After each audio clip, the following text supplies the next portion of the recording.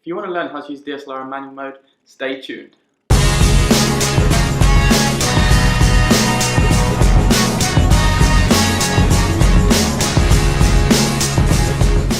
you haven't so already, make sure you check out the first video about using a camera in manual mode, which I'll link in the description below and also in the cards above. Check that out before you watch this video and you'll understand the rest of this video. In the last video we spoke about the 3 pillars of photography. We covered one of them in the last video, which is shutter speed.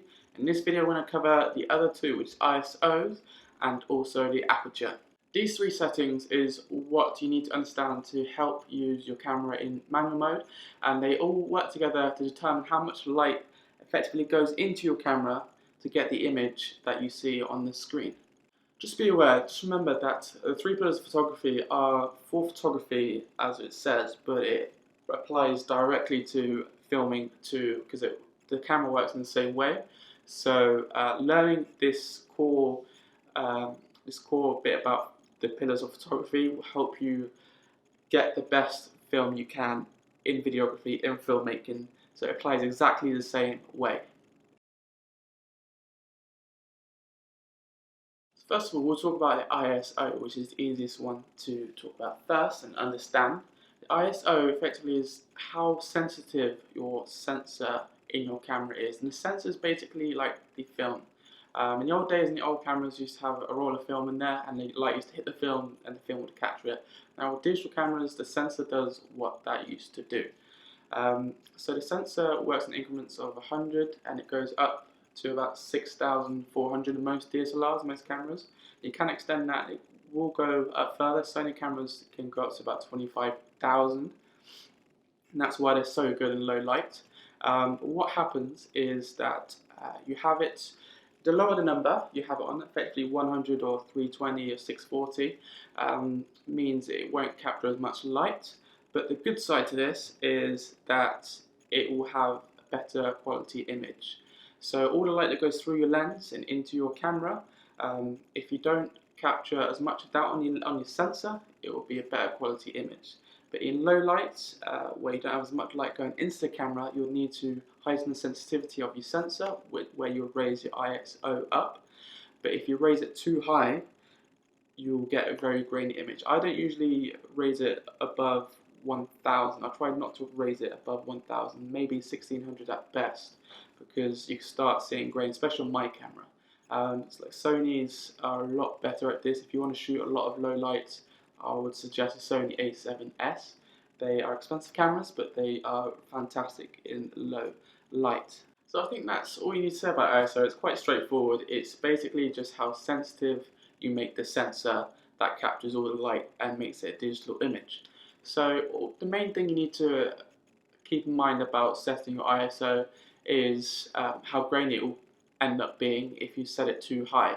So if you have it in manual mode and you don't have much light available to you to shoot in, I would recommend try changing the shutter speed, lowering the shutter speed so it's slower, and also changing aperture, making it a wider aperture, which I'll get onto next.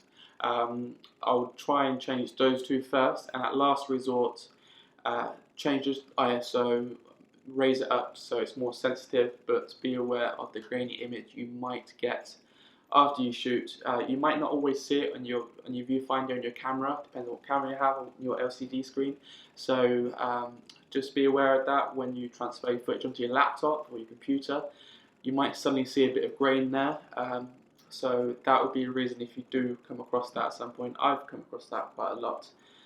So be aware of raising it too high. Like I said, I usually keep mine about 1600, so it doesn't have too much grain on there.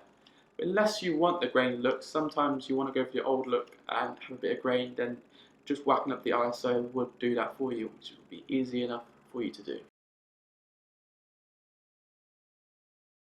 Now we're just on the ISO, and my last video that I did, with links below, I did shutter speeds, and now finally aperture.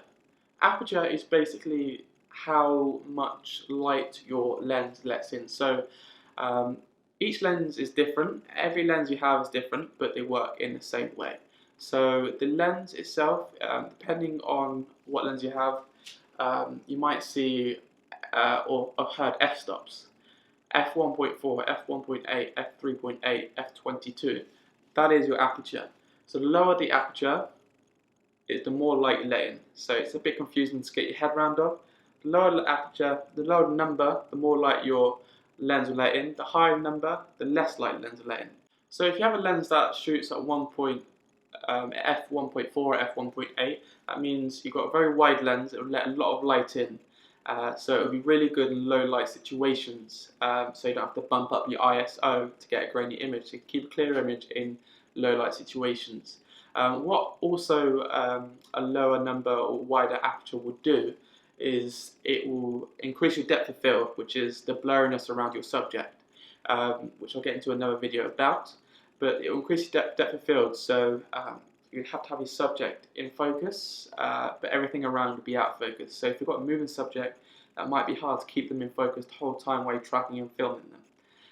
But it's good in low light. Whereas if you go the other end of the scale, if you was shooting f22, you will need to make sure you've got a lot of available light, maybe a lighting setup if you're indoors, or if it's a nice sunny day. So make sure you have enough light to shoot at that spectrum.